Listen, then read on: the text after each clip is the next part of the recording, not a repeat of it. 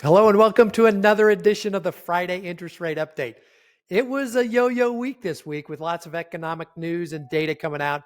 First, we saw rates decline by about 0.25% earlier in the week, and then we gave it all away and more today on Friday. On Tuesday and Wednesday, Jerome Powell and the Fed had their first Federal Open Market Committee meeting. It's also known as the FOMC meeting, and nothing earth-shattering came out of it.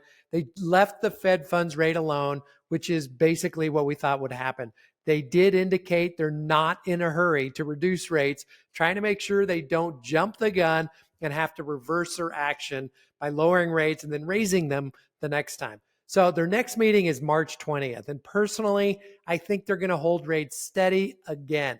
However, on May 1st, their third meeting, I believe they will start making minor moves downward. What we have seen in the past is it's the elevator express up. They made 11 adjustments last 2 years, and then it's going to be a staircase going down. They'll slowly bring them down, not to make it any worse than it was before. So what happened to reverse the rates? Well, Wall Street is very focused on the jobs report.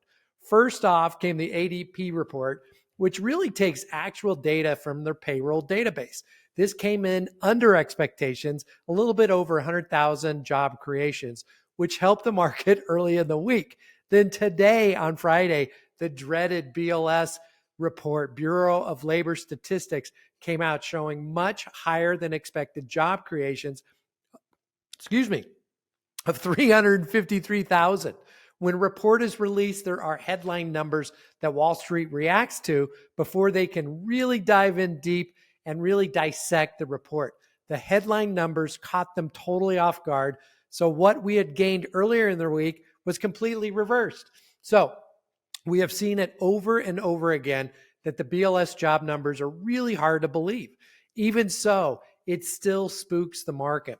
And I think the market doesn't know what to believe, so they err on the high side. In January, the BLS always makes huge adjustments, or typically makes huge adjustments to account for new benchmarks, seasonal adjustments, and growth in population. And believe it or not, the raw jobs data that came out actually showed a loss of 2.64 million jobs. But then they magically made a seasonal adjustment higher of almost 3 million, resulting in the headline figure of 353,000 new jobs. How do you decipher this? I don't know. Lots of information. Hopefully this isn't information overload. Another component that's always overlooked is the average hours worked. And this figure has dropped over a half an hour per week since a year ago. It doesn't seem like a lot, but if you take this drop in the hours worked and translate it to all the jobs in the country, it's the same thing as losing 2.4 million jobs. So businesses are reducing hours to try and keep their workers in anticipation of better economic activity in the future.